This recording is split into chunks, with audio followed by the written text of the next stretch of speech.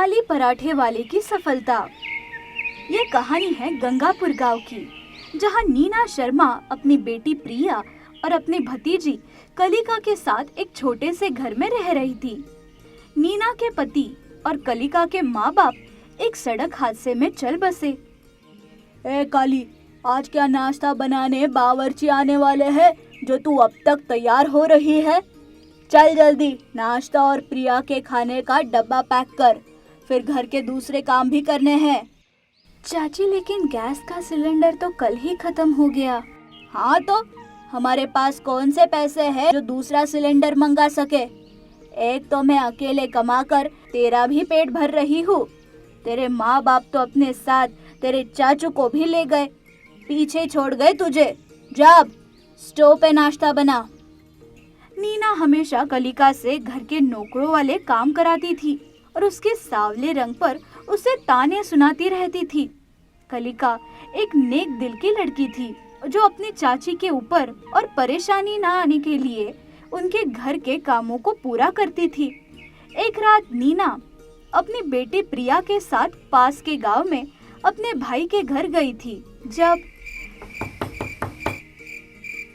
कलिका जब रात को दरवाजे की आवाज सुनकर उसे खोलती है तो देखती है कि एक आदमी अपनी बीवी और एक रोते हुए बच्चे के साथ रुका था। नमस्ते, मैं अपने परिवार के साथ इस गांव में पहली बार आया हूं। क्या आप मुझे बता सकती है खाने के लिए कोई जगह कहाँ मिलेगी? मेरे बेटे को बहुत भूख लगी है। भैया, लेकिन इतनी देर रात को कोई जगह खुली नहीं होगी। गांव के बाहर एक जगह है, पर वहां तक पहुंचते हुए बहुत देर हो जाएगी। उस बच्चे और वो पति पत्नी की तकलीफ देख कलिका को उन पर तरस आता है। भैया, आप भाभी और अपने बेटे के साथ आंगन में बैठ जाइए, मैं 10 मिनट में आप सबके लिए कुछ खाना बनाकर लाती हूँ। कलिका को स्टोव पे इतनी मेहनत से पराठे बनाते हुए देख विजय और उसकी पत्नी को उसकी मदद करने का जी चाहता है। साथ ही साथ उसके बनाए हुए पराठे बहुत ही स्वादिष्ट थे। विजय उसकी कुछ मदद करने के लिए उसे पैसे देता है। नहीं भैया, इसकी जरूरत नहीं है। आपको खाना पसंद आया और आपका पेट भरा, मेरे लिए वही काफी है। भैया बुला रही हो और पैसे भी नहीं ले रही हो, ये कैसी बहन बनोगी तुम? और जो तुमने हमारी मदद की है उसका जितना मैं शुक्रिया कहूँ उतना कम है। आप तो यहाँ गांव में नए आए हैं, तो आपकी मदद करने में कैसी तकलीफ? विजय को एहसास होता है कि ये छोटी सी लड़की बहुत खुददार और नेक दिल की है जो मदद के पैसे नहीं लेगी। कुछ दिनों बाद विजय एक बार फिर कलिका के घर जाता है। वो वहाँ जाके देखता है कि उसकी चाची उसे बहुत ताने सुना रही थी। तेरी माँ ने तुझे ढंग का खाना बनाना भी नहीं सिखाया, जो रोज वही पोहे बना देती है तू नाश्ते में। तू ये सब करके काम करने से बचना चाहती है ना? नमस्ते बहन जी, मैं विजय सिंह। यहाँ तुम जो भी हो, यहाँ क्या काम है? दरअसल कुछ दिनों पहले मेरे परिवार ने यहाँ पराठे खाए थे जो हमें बहुत स्वादिष्ट लगे। मैं ये पूछने आया था कि क्या ये बच्ची मेरे और मेरे साथियों के लिए रोज टिफिन बनाकर भेज सकेगी? ये काली, इसने आपको पराठे खिलाए, तो अब तू हमारे हिस्से का खाना दूसरों को खिला रही है ताकि हम भूखे मर सके। देखिए, इनकी कोई गलती नहीं है। मेरे बेटे को बहुत भूख लगी थी और रात भी हो गई थी, तो इन्होंने हमारी मदद की। इनके टिफिन की जो भी कीमत हो वो मैं देने के लिए तैयार हूँ।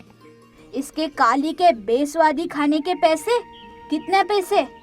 उस बारे में मैं इनसे अकेले में बात करना चाहूँगा। विजय को गुस्से में देख नीना घबरा जाती है और वो उसे कलिका से बात करने के लिए अकेले छोड़ देती है। ये तुम्हारी माँ तो नहीं लगती, और वैसे तुम्हारा नाम क्या है? मेरा नाम कलिका है भैया, और वो मेरी चाची है। मेरे माँ बाप और चाचू का एक सड़क हादसे में देहांत हो गया। मेरा नाम विजय है।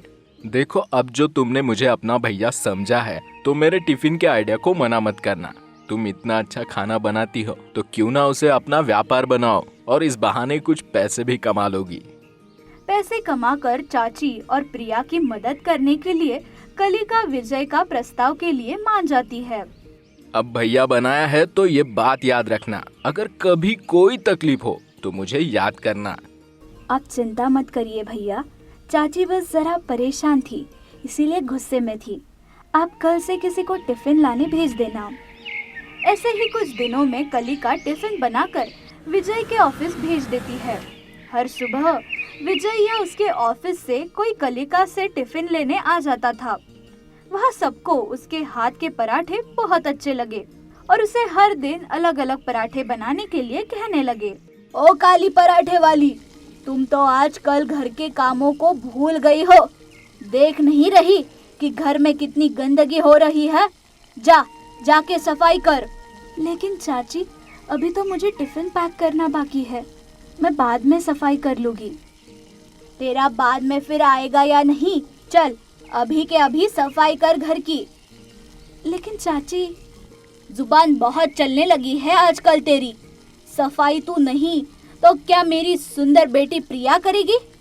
बहुत शौक है ना तुझे पराठे बनाने का, तो अब ये ले।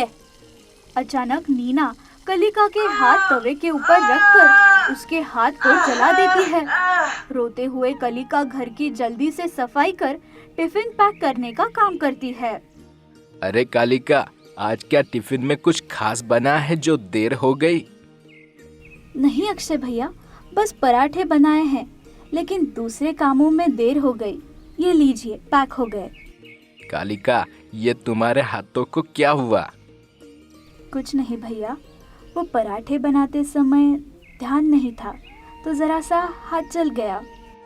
जरा सा? ये तो पूरा हाथ जला हुआ है। आज टिफिन नहीं बनाती, हम सब काम चला लेते। अरे नहीं, मैं अपने भाइयों को भूखा थोड़ी रखूंगी। भाई समझती हो तो कोई परेशानी है तो बता दो कालिका। क्या आप भी विजय भैया की तरह घबराने लगे? मैं बिल्कुल ठीक हूँ। ऐसे कुछ महीनों में कलिका के पराठे काफी मशहूर होने लगे। विजय के अलावा उसके साथ काम करने वाले भी कलिका को अपनी छोटी बहन समझने लगे। धीरे धीरे उसके पराठे पूरे गंगापुर गांव में प्रसिद्ध हो गए। कलिका की सफलता देख नीना को उसे बहुत जलन होने लगी। ये काली खुद को समझती क्या है? ना शक्ल है ना अक्ल, बस अनजान लोगों को भैया भैया बुलाकर अपने आप को महान दिखाना चाहती है। देखा नहीं कैसे उस दिन तेरे और मेरे लिए नए कपड़े खरीदकर अपने आप को अमीर दिखाना चाह रही थी। कलिका को नीना की ये बातें सुनकर बहुत दुख होता है।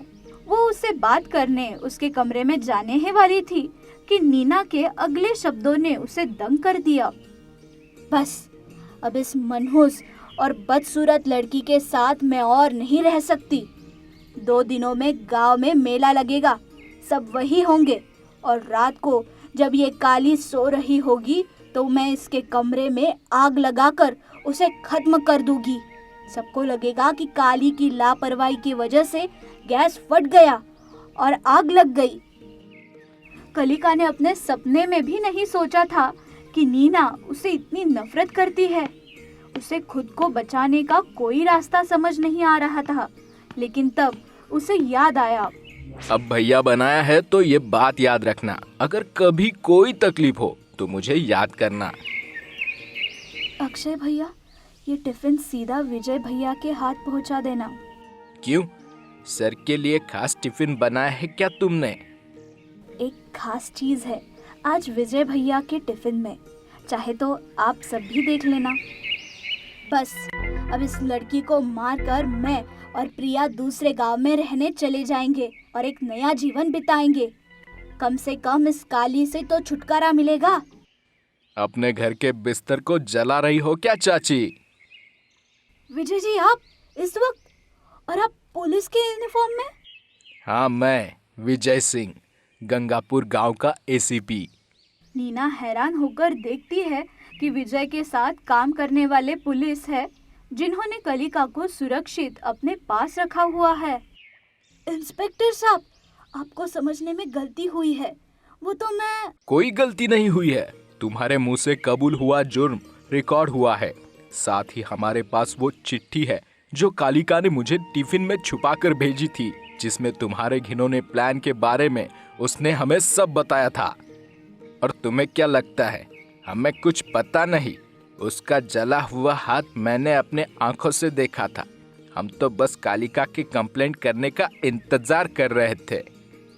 इस जुर्म के लिए और हमारी बहन के साथ घरेलू हिंसा करने के लिए तो तुम्हें जेल होकर रहेगी। नीना के गिरफ्तार होने के बाद प्रिया अपने मामा के साथ रहने चली जाती है और विजय और उसके साथी कलिका के अपने बहन की तरह अपने घर में प्यार से बड़ा करते हैं। अपने भाइयों की मदद की वजह से कलिका अपने पराठे का कारोबार को बढ़ाकर गंगापुर गांव में अपना एक सफल रेस्टोरेंट खोलती है। अगर आपको ये वीडियो पसंद आया तो हमारे चैनल को सब्सक्राइब कीजिए और वीडियो को लाइक, शेयर, कमेंट करें और हाँ, बेल आइकन को दबाना ना भूलें।